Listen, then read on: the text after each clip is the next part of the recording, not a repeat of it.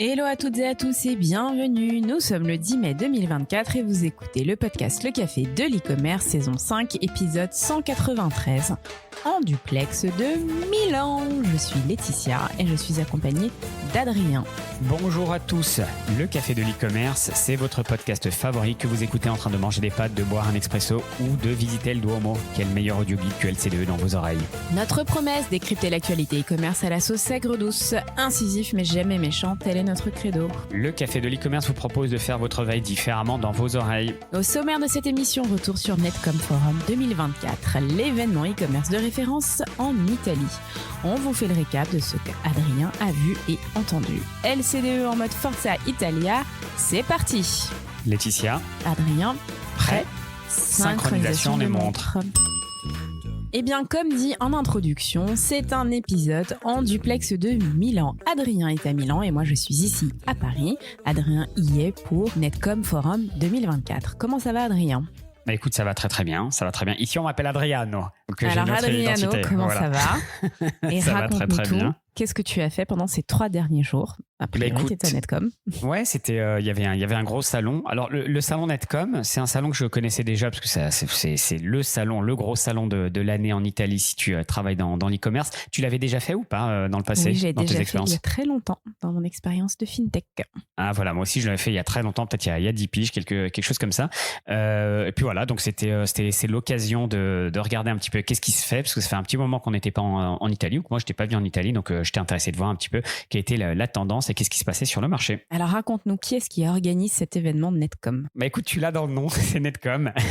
Netcom, pour l'expliquer, moi j'aime bien dire que c'est un petit peu la fusion entre la FEVAD, Comexposium et le BG peut-être. C'est ce que ces 3 acteurs n'ont pas réussi à faire en France et qui en Italie, Netcom a réussi. Ils ont le quasi-monopole. Je ne sais pas s'il y a un autre organisme qui fait ça. Ils travaillent avec des universités, ils font plein d'études, ils font plein de conférences. Tout l'écosystème, ils connaissent tout l'écosystème. Donc voilà, c'est une superbe organisation. C'est un méga FEVAD qui fait plein de trucs. Donc voilà, et ils organisent donc une fois par an le Netcom Forum. C'est la 19e édition. Et puis voilà, c'est sur 2 jours. Donc c'est très italien ou c'est vraiment international ? Bah, on va en parler tout à l'heure justement, mais c'est à la base c'est très italien parce qu'on parle, enfin tout est en italien, c'est en italien, mais bon le site est traduit en anglais et puis ils se veulent international et puis j'ai vu pas mal de personnes internationales. On parle de quoi ? On parle de 25 000 personnes sur 2 jours, donc ça pourrait ressembler à ce qui ressemblait à Paris Retail Week il y a quelques années ou dans les belles années. Oui, donc c'est pas 25 000 Italiens. Non, voilà, c'est ça. Et surtout dans les stands, en plus il y a beaucoup de personnes. Alors combien de stands justement il y a ? Ouais, alors il y en a plus de 300, je te dirais, c'est sur 2 étages complets. T'as des stands partout et puis ensuite t'as la plénière qui est au plus 2, au moins 1, t'as encore des salles de conférence. Donc c'est sur 4 étages, plus de 300 stands. C'est la 19e édition, donc tu sais c'est quoi, 19 plus 1 c'est 20. L'année prochaine 2025 ça va être la 20e, donc je pense qu'ils vont nous préparer des petites surprises. Mais en tout cas ouais, c'était ça faisait longtemps qu'on n'avait pas vu que j'étais pas allé dans un salon aussi grand. Je crois que c'est gratuit, je sais plus combien ça coûte, et si ça coûte de l'argent c'est quelques dizaines d'euros, enfin c'est pas très cher, c'est vraiment accessible à tous quoi. Et alors les thèmes, est-ce que c'est des thèmes qui sont différents à ce qu'on a l'habitude de voir ou globalement on reprend les mêmes et on recommence mais à la sauce italienne ? Bah franchement, même pas, c'est les mêmes thèmes mais un peu rincés quoi. Enfin moi je vois les thèmes mais j'ai vraiment envie de le recomparer encore, et là du côté mauvais de Paris Retail Week. Alors c'est quoi les thèmes ? C'est fintech, techno-plateforme, marketing, in-store, supply chain et tu as un côté agence. Donc ça, c'est plutôt cool, on en parlera tout à l'heure. Et le thème de cette édition, alors moi, je ne comprends rien à ce que ça veut dire, je vais te le dire et tu vas me dire si toi, tu comprends mieux que moi. C'est le commerce intelligent, donc c'est peut-être pour ça que je ne le comprends pas d'ailleurs. Le commerce intelligent, 2 points, composable et fluide, la reconfiguration du retail et de la supply chain continue. Ok, donc on a mis tous les mots, tous les buzzwords. On a essayé de faire une phrase sans verbe, sans complément. Il fallait mettre supply, il fallait mettre retail, il fallait mettre composable, fluide, mais jamais. Enfin, je sais pas. J'ai le commerce intelligent, je sais pas. Quoique c'est sur notre bannière, donc faudrait peut-être pas que je. C'est ce que j'allais dire. Smart business, c'est un peu ce qu'on a mis. Mais ouais, enfin là, le coup du composable, fluide, la reconfiguration du retail, avec de la supply chain. Ouais, il me manque un mot fintech. Ouais, c'est clair. Non, mais en fait, et puis il n'y a pas IA. Mince, je pense. C'est vrai. Et je pense que ce qui s'est passé, c'est que c'est très. En fait, comme ils drainent tout le marché, tout le monde vient sponsoriser et tout le monde est sur place, tu peux pas faire des thèmes très spécifiques. Il faut que ça reste chaque année des trucs un peu, tu vois, tarte à la crème, un peu générique pour tout le monde. Mais finalement, c'est pas ça le plus important. Ce qu'il faut comprendre, c'est qu'il y a tout l'écosystème, point. À la Paris Retail Week, il y a quelques années, où tu avais tout le monde, c'était vraiment le rendez-vous annuel. Ok, donc même si ça a 20 ans Netcom, ça reste quand même la Paris Retail Week d'il y a quelques années. Du côté des Frenchies, Adrien, comment ça se passe? Parce qu'on a l'habitude de les voir partout, les Français, quoi qu'il arrive, il y a toujours un petit corner avec un ou deux Français, voire même plus. Est-ce que la France était bien représentée? Là, tu me croiras pas. Et littéralement, je pense que tu ne me croiras pas. J'étais choqué par tant de Français, mais dans le sens positif. C'est-à-dire que la France, elle imposait, c'était la seule délégation sur Netcom, sur les 25 000 personnes. Il y avait une seule délégation, c'était la France, avec un grand tapis rouge en mode Cannes, avec une allée, avec de chaque côté toutes les startups, avec sur le petit macaron Business France à côté de chaque logo. Même dans le fascicule ou sur le site web, quand tu regardais les logos des boîtes, il y avait le petit macaron Business France, c'était le seul. Ils nous ont respectés. Franchement à fond, mais il n'y a aucune autre. Je cherche pas d'espagnol. Non, parce que je me dis, t'es sur un grand salon. Il n'y a rien. Il n'y a rien, il y a juste okay. la France, et la France, elle vient de manière massive. Donc vraiment pas mal. Alors comment elle vient la France de manière massive? Il vient un organisme, c'est organisé un peu comme quand on est à la NRF. Ouais, exactement. Il y a Business France. C'est exactement ça. C'est exactement ça. C'est Business France. Et pour la petite histoire, en plus, je me baladais, ils ont vu mon badge et puis ils m'ont sauté dessus. Donc c'est très rigolo parce qu'ils ont reconnu le café de l'e-commerce. Ils t'ont reconnu, ils t'ont demandé un autographe. Alors pas moi, parce que je sais pas s'ils me connaissaient, mais en tout cas ils ont vu le café de l'e-commerce. Et puis du coup ils sont venus. J'ai eu la chance de discuter avec un petit peu sur le stand avec Léa de Business France, donc c'était rigolo. Adrien, du coup, oui, c'est poussé par Business France et je crois que tu as eu l'occasion d'interviewer Léa de Business France. Et on l'écoute tout de suite.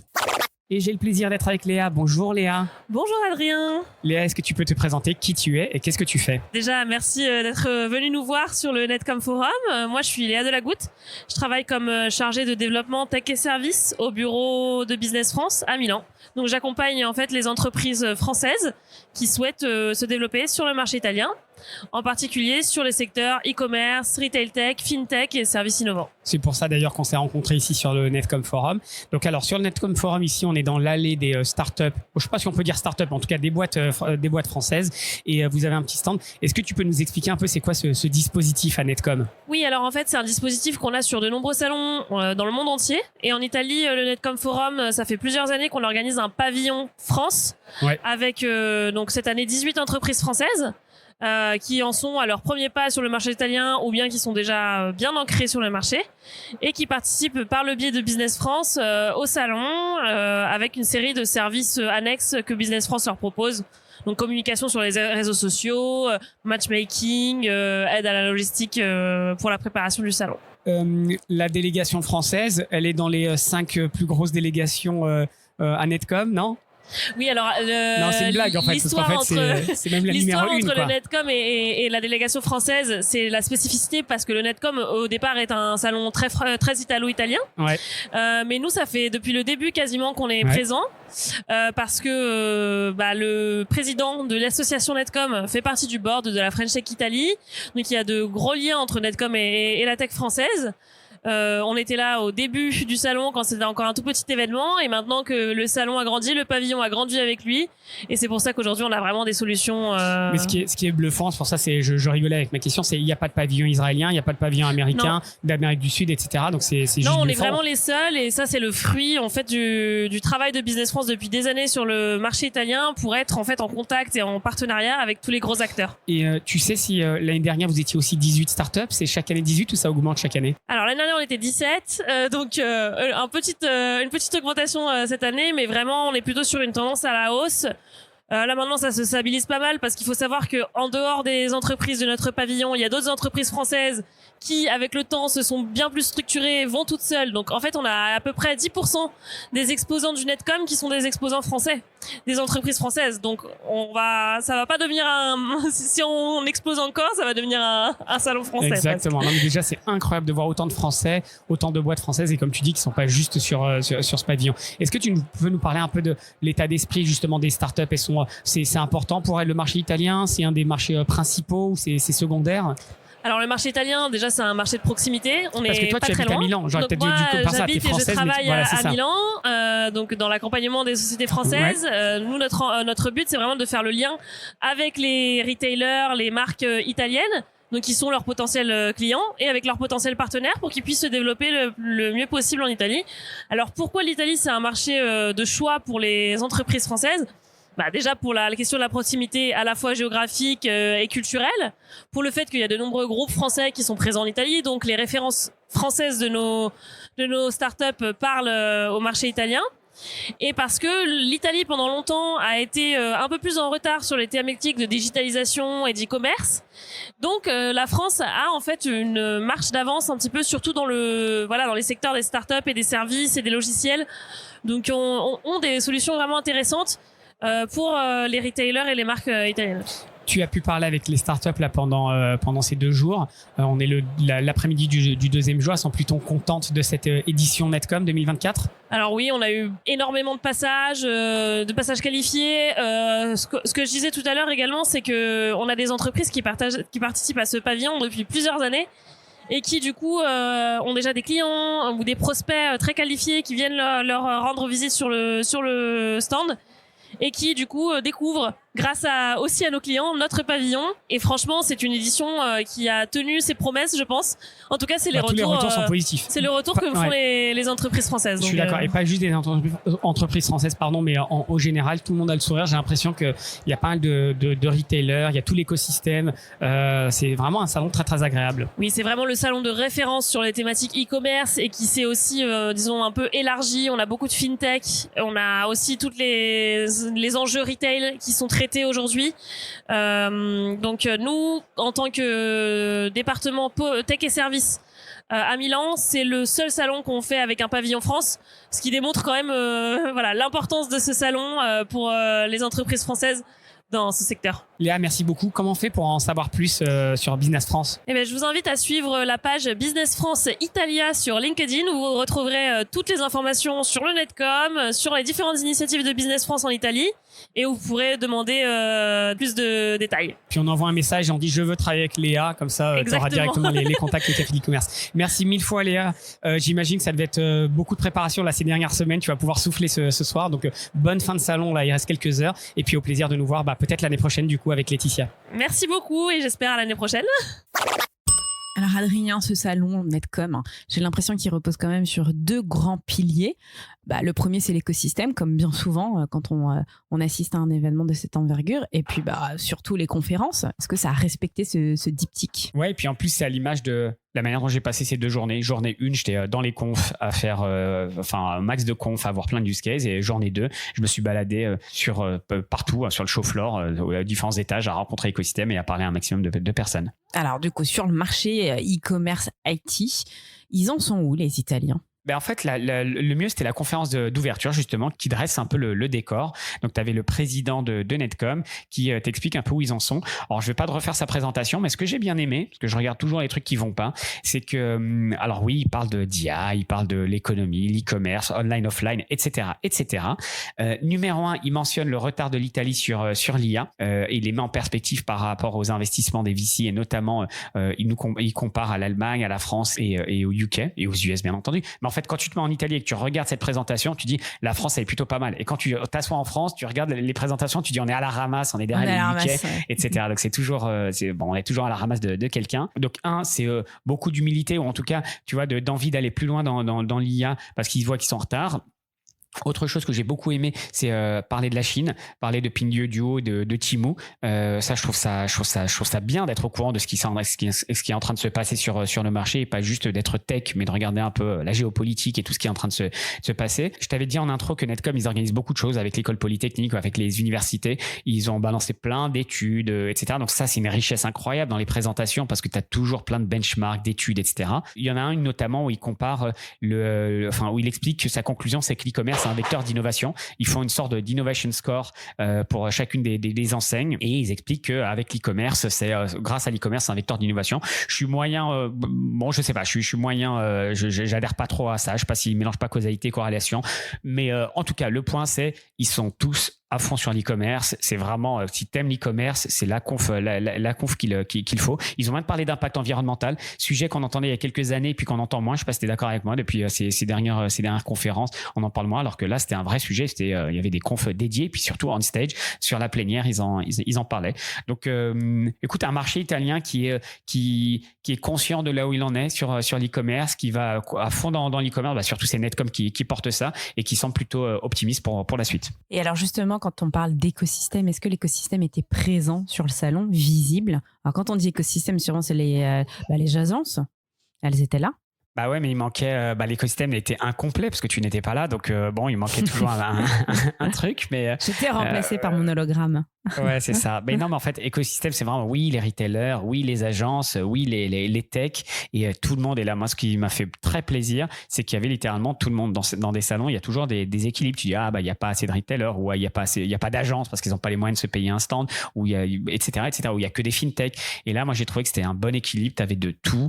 Tu te baladais, tu rencontrais plein de personnes. Donc il y avait beaucoup de boîtes italiennes, mais finalement, si tu voulais des boîtes pures italiennes, et en plus elles ont des noms anglais, donc c'était difficile pour moi d'en trouver des 100% italiennes. Il y avait beaucoup de boîtes internationales qu'on connaît, beaucoup de boîtes Business France, comme je t'ai dit, avec, comme nous a dit Léa, avec une 18 boîtes, et plus les boîtes françaises qui n'étaient pas sur Business France. Algolia, par exemple, ils sont pas sur Business France, mais ils sont quand même là. Donc non, c'était hyper agréable de rencontrer l'ensemble de l'écosystème et de discuter avec eux. Ok, et les retailers, sinon, ils existent dans ce salon ou pas? Complètement, mais c'est pour ça, tu vois, j'étais en train de discuter avec Mehdi, qu'on écoutera tout à l'heure. Je sais pas si je peux partager ça, mais on va dire il y a une grande maison de luxe, très très grande, une des top italiennes qui se balade. Il me dit Adrien, faut que je termine. Et il va aller voir. 30 secondes plus tard, il avait un rendez-vous de booker. Il revient me voir et puis je l'ai félicité. Donc c'est incroyable, Non, il y a plein de retailers qui se baladent. Quand tu fais la queue pour prendre ton café, tu regardes les badges et oui, tu reconnais des grands noms, quoi. Donc vraiment pas mal. Ok, bon, du coup côté startup, tu as discuté avec Modi qui permet de faire un guide détail et de personnaliser le site e-commerce juste avec 2 photos. On l'écoute?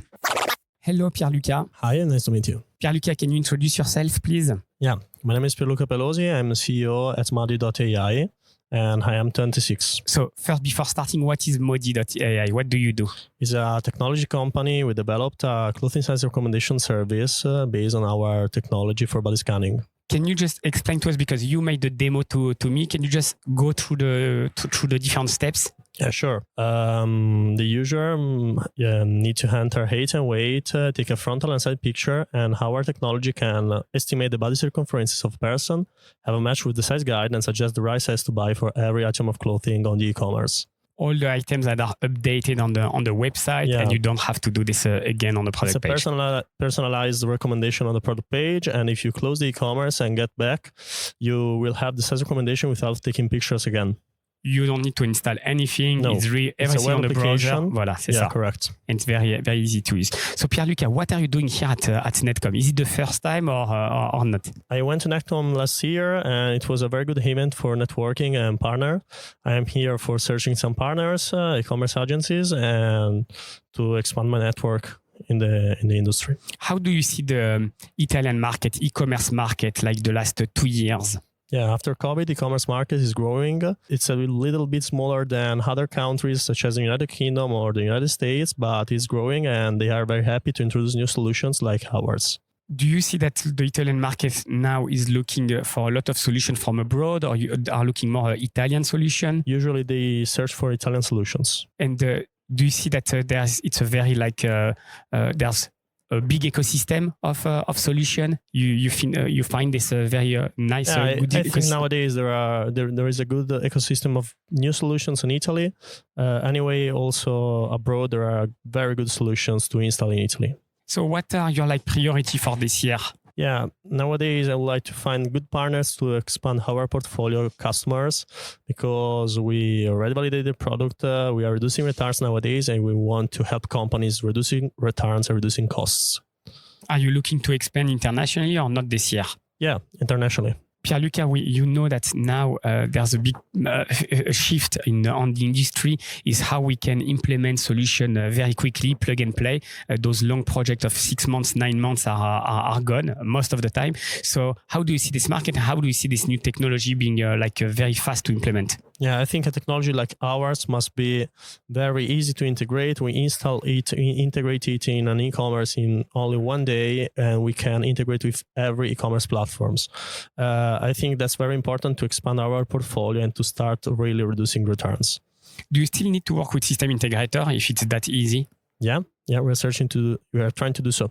The system integrator, their model is to sell like Mondays, right? So using those solutions that are easy to implement, what's their benefit? Yeah, it's very interesting for reducing returns, collecting data about the user, and start using this data for production and to optimize the production and make better fits. Yeah, I think that at the end it's like providing more insight and providing value to its customer, because that's the thing. Pierluca, how do we do if we want to know more, or if you want to contact you?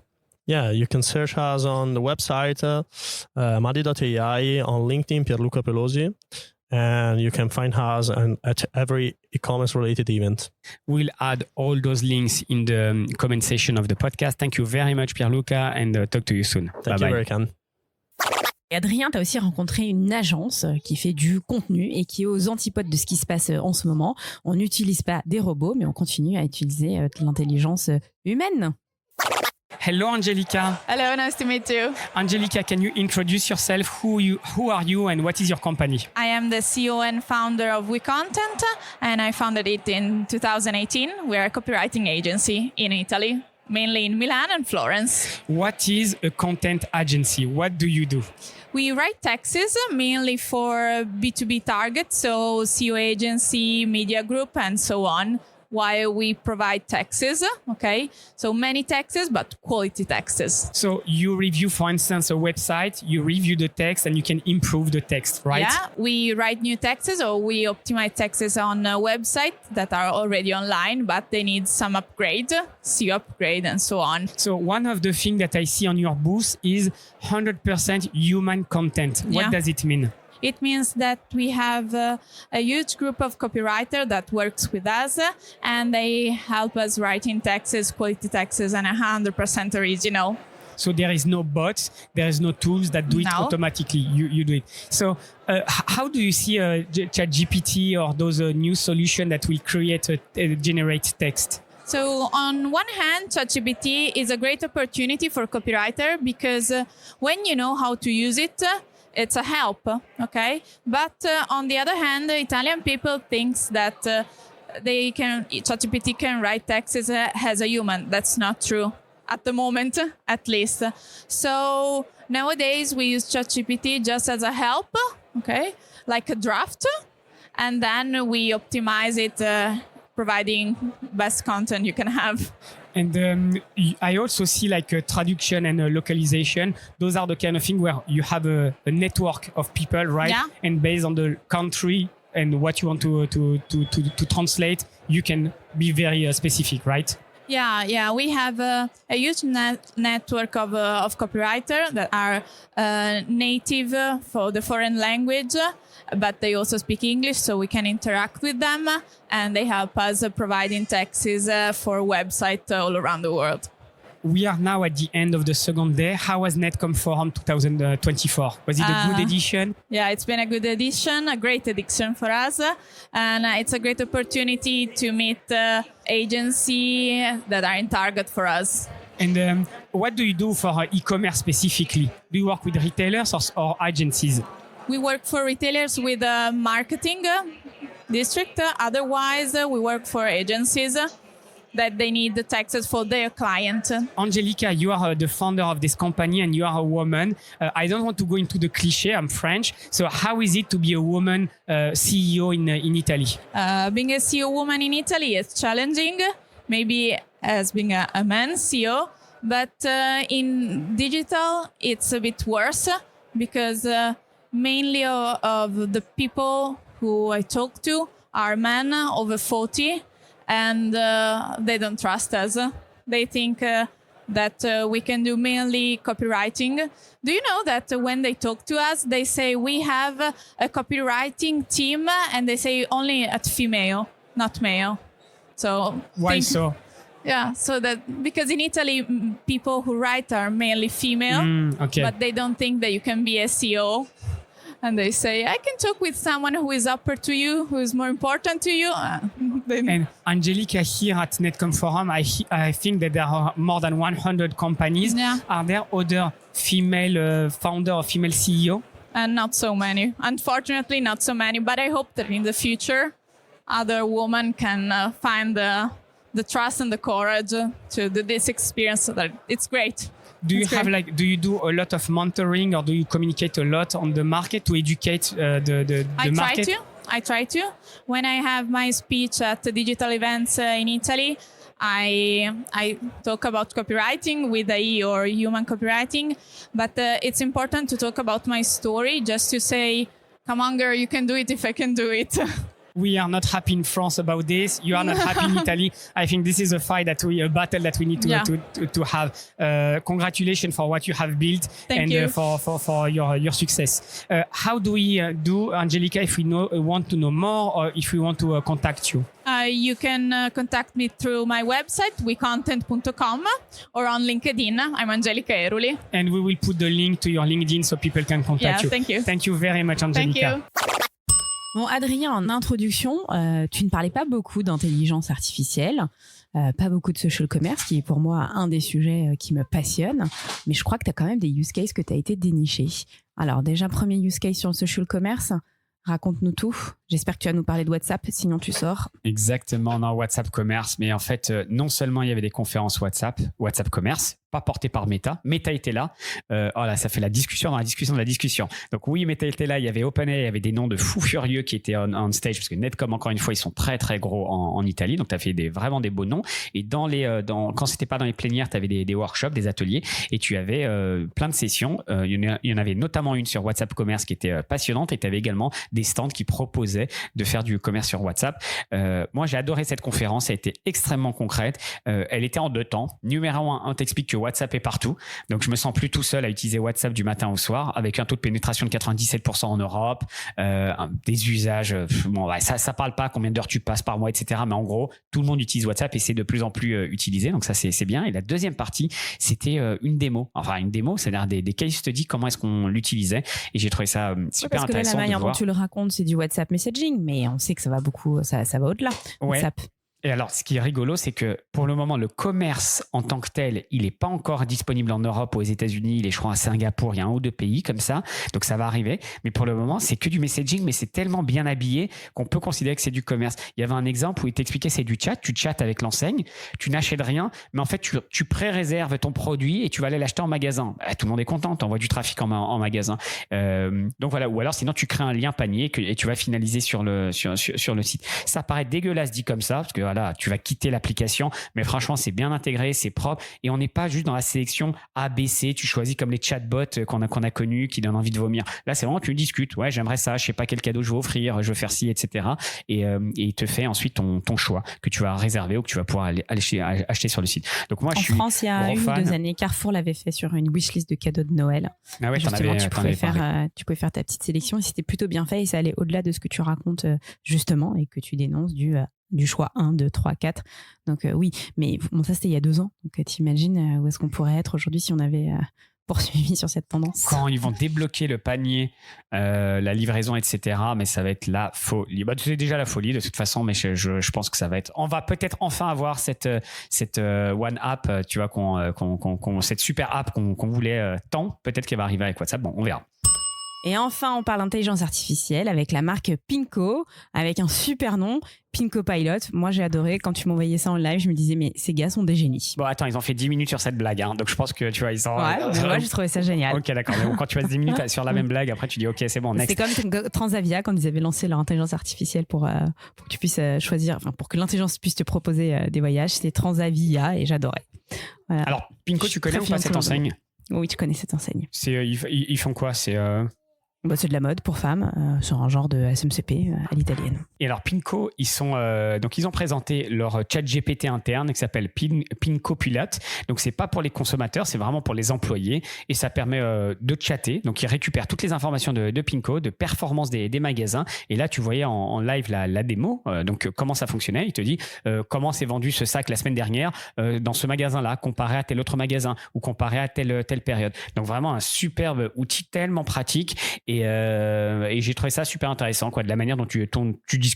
C'est un peu dans le délire Einstein que fait Salesforce, tu vois. Tu vas discuter puis tu vas avoir les réponses avec quelqu'un qui te répond. À partir du moment où tu as toutes ces informations de produits, de stock, de performance, il est allé un peu loin, celui qui présentait Pinco, parce qu'il disait on veut se débarrasser complètement des Google Sheets et des tableaux de bord, etc. Je suis pas sûr que les reporting vont mourir, mais en tout cas c'est tellement plus simple si le matin on se réveille, on envoie 2-3 questions, comment ça s'est passé, etc. Et puis il te répond en chat exactement les réponses que tu veux. Donc Pinco Pilot, poussé par du GPT, c'est la même interface avec toutes les informations internes. Alors d'autres use cases, Adrien, qui concernent bien évidemment le e-commerce. Le premier, la sécurité des retailers. Tu as pu rencontrer Forter, qui est spécialisé justement dans la sécurité. On les écoute tout de suite. J'ai le plaisir d'être avec Roberto. Bonjour Roberto. Bonjour Adrien. Roberto, est-ce que tu peux te présenter qui tu es et qu'est-ce que tu fais? Je suis chez Forter, j'ai la responsabilité pour le marché italien. Tu es responsable du marché italien et tu parles français. Alors, je ne sais pas comment c'est possible, mais félicitations. Je suis heureux de te rencontrer. Forter, c'est quoi? C'est qui? Forter, c'est une très belle boîte que j'ai rencontrée, ça fait 2 ans. Et notre objectif, c'est d'améliorer l'expérience client sur le parcours digital. On est capable de connaître, en fait, pour être franc, Adrien, sur le canal digital, on ne sait pas qui est à l'autre bout du channel. Oui. Quand tu es dans un magasin, tu vois la personne, elle a une carte de crédit, voilà, tu as identifié la personne avec laquelle tu fais le business et c'est la même chose pour les clients qui connaissent qui est en train d'acheter un produit. Et sur le digital channel, tu peux pas faire ça. Et donc, nous, on intervient, on a un réseau d'identité et donc, on est capable pour le merchant d'identifier qui est la personne derrière la transaction et à partir de là, fournir un certain nombre de décisions qui vont optimiser ou rendre le parcours plus difficile pour quelqu'un qui veut frauder ou veut faire du mal, des actions malveillantes sur le site du commerçant. Justement, tu viens de répondre à la question que j'allais te poser. Forter, je l'identifie comme la sécurité et spécifiquement dans l'e-commerce. Voilà, c'est vous faites certainement bien plus. C'est là, voilà, et après, il y a toutes les fonctionnalités qu'on développe pour rendre le parcours digital le moins compliqué possible pour les personnes bien et le plus compliqué possible pour les personnes moins bien. Roberto, je vais te poser une question très difficile. Je veux juste te poser, je sais que votre plateforme fait tellement de choses. Moi, j'étais scotché, bluffé quand aux États-Unis, un ancien collègue m'a présenté quelque chose. Est-ce que tu peux m'expliquer le concept de profiling que vous avez créé, qui est un truc incroyable chez Forter à mon sens? Tout à fait. Donc, en fait, on est capable de récupérer ce qu'on appelle le comportement de quelqu'un. Donc, ça peut être ce qu'on appelle le device fingerprint. J'ai fait un exemple bête. Chacun de nous a un téléphone avec une taille de stockage 128 gigas, par exemple. Et en fait, chaque téléphone a une taille de stockage spécifique avec un numéro bien précis qui identifie ton téléphone. Donc, on récupère ce type d'informations. On récupère comment tu vas te déplacer sur un site web. Ça fait la différence entre un humain et quelque chose de synthétique. On récupère après à peu près 6000 points, 6000 data points. Et statistiquement, ça nous permet d'identifier d'une façon univoque l'identité digitale de quelqu'un qui se présente sur un site d'e-commerce. Et vous faites ça depuis des dizaines d'années. Donc, vous avez pu mapper l'ensemble des consommateurs du monde, on va dire. Et puis, c'est complètement anonymisé. Donc là, tu peux savoir quels sont ceux qui sont fraudeurs ou quels sont ceux qui sont réels, pour simplifier. Tout à fait. Alors, des fois, ça fait un peu peur. On a à peu près 1,6 milliard d'identités digitales nôtres. Donc, on n'achète pas de données. Et donc, ça nous permet d'avoir une connaissance très précise à niveau de 98% des identités digitales. Roberto, parlons de l'Italie, parce qu'on est ici à Milan. Bien sûr. Déjà, qu'est-ce que tu fais ici à Netcom? Vous avez un stand, vous avez un joli stand, vous êtes beaucoup, vous êtes nombreux. C'est quoi Netcom pour c'est vous? très important. Tu vois, l'événement, il y a beaucoup de gens, il y a beaucoup de bonnes vibes, il y a des apéritifs à partir de 16h, c'est très intéressant. Non, je rigole, mais il faut y être. C'est un événement où on peut rencontrer nos clients, nos partenaires. On peut parler, par exemple, avec les acquirers, donc les banques ou les entités qui achètent le trafic, chose que normalement c'est très compliqué à faire. Et on vient de discuter avec Banca Sella, ça fait 10 minutes, et on a engagé une discussion. Donc voilà, c'est vraiment l'événement, the place to be pour l'Italie pour l'année. C'est le plus gros événement de l'année qui regroupe tout l'écosystème. Donc tout le monde se retrouve ici. J'ai entendu 30 000, 35 000 personnes. Je sais pas vraiment s'il y a autant de personnes, mais en tout cas, c'est blindé. Il y a toujours du monde. Donc très bien. Le marché italien, parle-nous un peu du marché italien et peut-être sous le prisme Forter, sous le prisme de la sécurité. Il est comment? Est-ce que c'est une préoccupation importante pour les Italiens, pour les retailers italiens? Oui, tout à fait. Alors, c'est plus petit que le marché français, mais tu as quand même énormément de noms de la mode. On a les luxe international, voilà, c'est l'autre. Donc, à niveau local, c'est plus petit que la France, mais il y a beaucoup d'exports, il y a beaucoup de présence aux US, Amérique du Sud et surtout l'Asie. Donc, tu as les grosses marques et pratiquement, ils font toute la croissance sur ce type de marché. Donc, c'est un marché très important pour nous. Et comme tu disais, le vertical du luxe, le vertical du retail, tout ce qui est la cosmétique, tout ce qui est les voyages sont très important pour nous et donc c'est un marché qu'on adresse directement avec beaucoup d'énergie. Parce que pour le coup, ça doit être des cibles de choix, ces grandes marques de luxe italiennes qui doivent avoir des attaques de partout. Donc là, tout à fait, c'est un peu, si on peut dire, nos sweet spots. Soit c'est des gros paniers avec pas énormément de transactions ou des paniers plus petits mais avec énormément de volume. Roberto, le marché e-commerce en Italie cette année, est-ce que il est comme en France, il est morose et c'est compliqué? Est-ce que les gens ils sont optimistes, plutôt H2, ça va deuxième semestre, ça va aller mieux? Comment tu sens ce marché? Alors, très bonne question. Alors, c'est des feelings un peu compliqué à interpréter. Et je veux ton feeling, pas le Accenture, les slides Accenture. Je veux vraiment le feeling du marché en parlant. Je pense qu'il y a beaucoup d'investissements qui vont sur les physical stores. Je pense que tous les commerçants, tous les merchants, ils ont pris du retard avec le Covid. Ils ont vu que les gens, ils ont tendance, pour une question d'expérience, par exemple, dans le luxe, quand tu parles avec les gens, si tu achètes un produit de luxe à 1500, 2000, 3000 euros, tu veux une expérience. Donc, tendanciellement, en Italie, mais comme en France ou en Europe, tu veux aller dans une boutique, tu veux avoir un contact, tu veux avoir ta petite coupe de champagne. Donc, on voit qu'il y a beaucoup d'expérience client liée au physical store. Après, il y a aussi des aspects un peu la sécurité, sortir du magasin et tout ça. Donc, des fois, tu as des expériences mixtes. Tu vas dans le physical store, dans la boutique pour voir les produits et après, tu peux l'acheter en ligne. Tu peux faire un pay by link. On voit beaucoup d'évolution de commandes passées par téléphone, surtout sur les marques de luxe. Donc, il y a vraiment une omnichannelité globale et c'est difficile de dire qui va gagner. D'un côté, tu as la commodité d'avoir le produit reçu chez toi.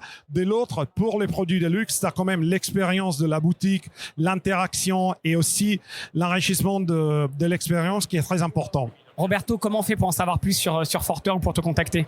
Vous pouvez aller sur notre site, vous pouvez me contacter par LinkedIn, ou sinon je serai heureux de vous accueillir à ShopTalk à Barcelone. On sera présente. C'est début juin, c'est ça? Exactement, voilà. Exactement. Donc avec plaisir. Avec Laetitia, donc on viendra te voir également. Plaisir de te revoir et Merci de sortir beaucoup. à Barcelone. Et puis enfin, la gestion des retours. On ne pouvait pas terminer cet épisode sans en parler et on a pu interviewer Mehdi de chez Eline. Et je suis avec Mehdi. Bonjour Mehdi. Salut Adrien, tu vas bien?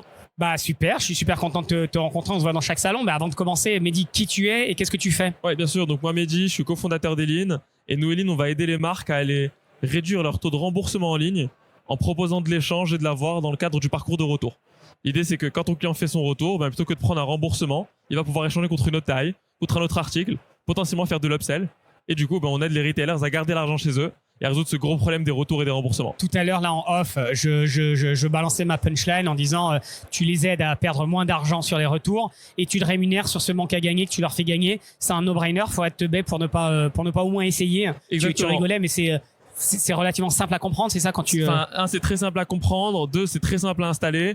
Et le ROI, il est quasiment instantané en fait. Parce que dès qu'on propose cette option, t'as des clients qui vont prendre de l'échange, qui vont prendre de la carte cadeau. Et c'est moins de refund et plus de PNL. on est là sur Netcom. Parle-moi un peu de ton histoire avec l'Italie, quoi. C'est quoi ton rapport avec l'Italie et avec Netcom? C'est la première édition déjà ou pas? Ouais, bien sûr. Alors, écoute, moi j'ai un rapport assez marrant avec l'Italie. Ma copine est italienne, du coup je commence à apprendre quelques mots d'italien à gauche à droite. C'est bien, mais bon, si à un mot ça va pas aider dans le business. Exactement. Pas que quand tu closes, peut-être. Mais non, pour une note un peu plus sérieuse, nous aujourd'hui on vient de signer un gros client en Italie. Je peux pas te l'annoncer aujourd'hui, mais il va être mis live dans un peu plus d'un mois aujourd'hui. Et donc, ce qui est assez intéressant, c'est qu'on a fait un kick-off avec eux il y a 2-3 jours. Et là, du coup, je suis là et ça me permet de continuer et construire cette discussion avec les retailers italiens, qui est quand même le deuxième plus gros marché de fashion en Europe. Là, on est l'après-midi du deuxième jour. Tu as fait plusieurs dizaines de meetings. C'est quoi le retour que tu ressens des retailers? Et est-ce que tu sens une différence de maturité entre le marché français et le marché italien? Ou les problématiques sont les mêmes sur le retour de toute façon? Ouais, alors les problématiques sont les mêmes. Les retours que j'ai, tu vois, c'est une solution encore une fois qui est super héroïste et où le pitch est assez simple. C'est tu rembourses 100, je te permets de récupérer 30 sur ces 100 que tu rembourses. Et il résonne très très bien avec les retailers italiens. En termes de maturité, je t'avoue qu'on parle quand même à des retailers qui sont assez installés dans la place et qui ont une connaissance qui est très fine de leur métier et de comment ils le font, et on retrouve un niveau de maturité similaire à ce qu'on a en France pour le coup. T'as les mêmes questions, t'as les mêmes interrogations, les objections, etc. Même question, même interrogation, même objection, même réponse, et même compréhension du ROI qu'on peut leur délivrer. Et tu vois, quelque chose d'assez marrant, hier je faisais une présentation à un gros retailer fashion luxe basé en Italie, et à un moment t'as la directrice e-commerce qui me lâche I'm trying not to be impressed. Ah ouais. Mais du coup ils comprennent beaucoup l'intérêt de la solution, donc c'est assez cool. Donc là, t'as pas de stand à proprement parler. D'ailleurs, c'était rigolo parce qu'on a partagé le même avion à l'aller. L'année prochaine, c'est quoi? Tu te dis, tu reviens à Netcom en tant que visiteur, c'est un no-brainer pour l'année prochaine. Ah génial. Vas-y, explique-moi pourquoi alors. L'année prochaine, je reviens à Netcom avec un stand évidemment. Et aussi, je pense que d'ici ça, j'aurais recruté une équipe en local pour l'Italie, parce que c'est un marché qui est quand même assez localisé comme la France. Enfin, vendre à des Français, c'est facile, c'est faisable, mais c'est beaucoup plus simple quand t'es local, quand t'es là, quand ils te connaissent, quand t'as un réseau de partenaires qui te soutient. On est en train de reconstruire le même réseau de partenaires qu'on a en France, en Italie. Et effectivement, je serai là sans aucun doute avec idéalement une personne qui parle mieux italien que moi en tout cas. Bon génial. Merci beaucoup Mehdi. On se voit souvent là à la NRF, aux différents salons. Tu seras à ShopTalk ou pas? Je serai à ShopTalk et en fait je serai même speaker à ShopTalk. Génial. Sur le sujet des retours et des échanges, et donc si certains auditeurs y seront, je serai ravi de les y voir. Magnifique. Si on revient sur la France, tu as une actualité à nous partager au niveau d'Eline? Ouais, bien sûr, il y a une actualité assez intéressante, c'est qu'on a lancé Bash récemment. Et ce qui est super intéressant pour eux, c'est que c'est une marque avec qui on permet aujourd'hui de proposer de l'échange, mais aussi ils ont changé leur politique de retour après qu'on les ait mis live. Ils sont passés d'un monde où initialement les retours étaient offerts pour tous leurs clients, là où aujourd'hui en fait ils vont dire au client qui prend un refund que le retour est payant. Par contre, si le client prend un échange ou une carte cadeau, alors le retour est gratuit. Et ça, c'est possible parce qu'ils ont intégré Eline, donc ils ont revu leur politique. Exactement, c'est possible grâce à Eline. Et en fait, nous aujourd'hui, on est capable de mettre en place tout un nombre de workflows autour des retours. Tu fais payer tes retours pour tes clients pas VIP, tu les offres pour ton client VIP. Tu fais payer pour tes clients français, pas tes clients allemands. Et donc il y a toute cette intelligence et ces workflows qu'on leur a apportés qui leur ont permis d'arriver là où ils sont aujourd'hui. Donc là, Bash, c'est live. Quand tu es Bash sur le site français, que tu achètes, etc. Derrière. Exactement. Enfin, c'est live France, Allemagne, Italie, Espagne, tout à travers l'Europe. Et là, on va pas tarder à aussi lancer l'Amérique du Nord. Bravo Mehdi. Comment on fait pour en savoir plus ou pour te contacter? Pour me contacter, vous pouvez soit aller sur notre site eline.io, donc www.eline. On lit plus les URL, arrête. Moi je sais pas, tu pourras. T'as failli me le lâcher un HTTPS, arrête, qu'est-ce que tu fais? Tu pourras couper sinon par email. Non, moi je laisse tout, on coupera rien du tout. Sinon par email, elmedia@eline.io. Ok, et puis on mettra ton profil LinkedIn, et puis voilà, de toute façon c'est relativement facile. Eline avec un Y. Merci beaucoup Mehdi, bonne fin de salon. Et donc on se voit à Barcelone, mais surtout on se voit l'année prochaine à Netcom pour l'édition 2025. Exactement, merci. Bon alors Adrien, en conclusion, qu'est-ce que tu as pensé de cet événement? Ça m'a fait du bien d'y retourner après tant d'années. Je m'attendais pas à grand chose.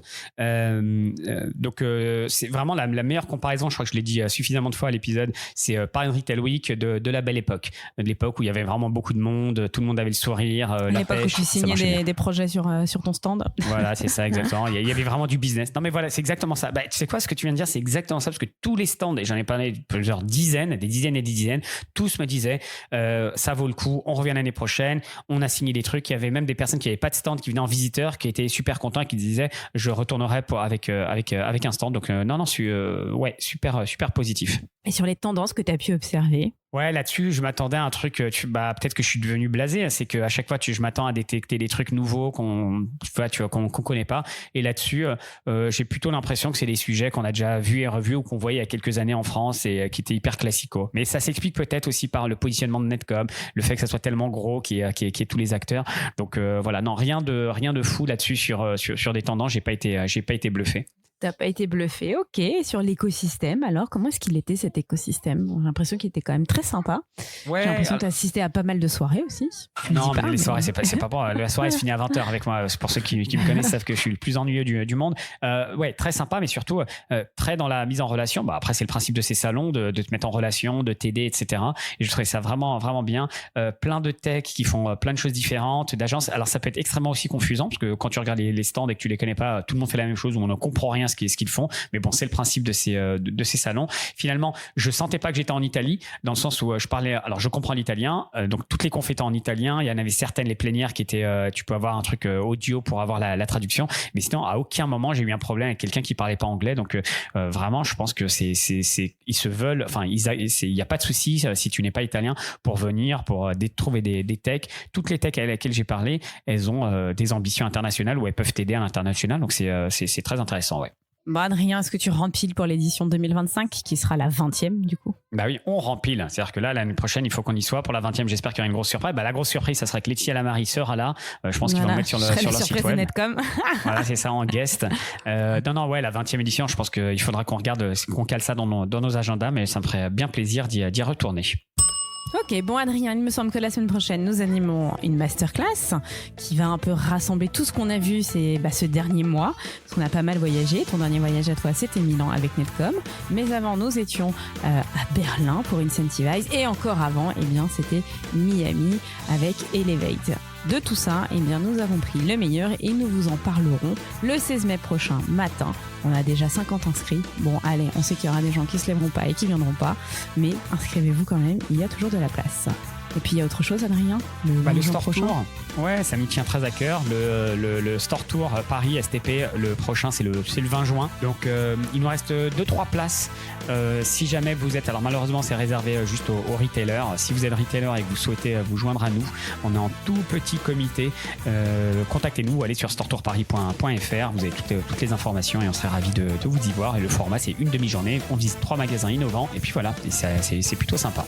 Bon, merci Adrien, notre envoyé spécial depuis Milan à l'occasion de Netcom. On se voit la semaine prochaine. Tout le monde. Yes, au revoir.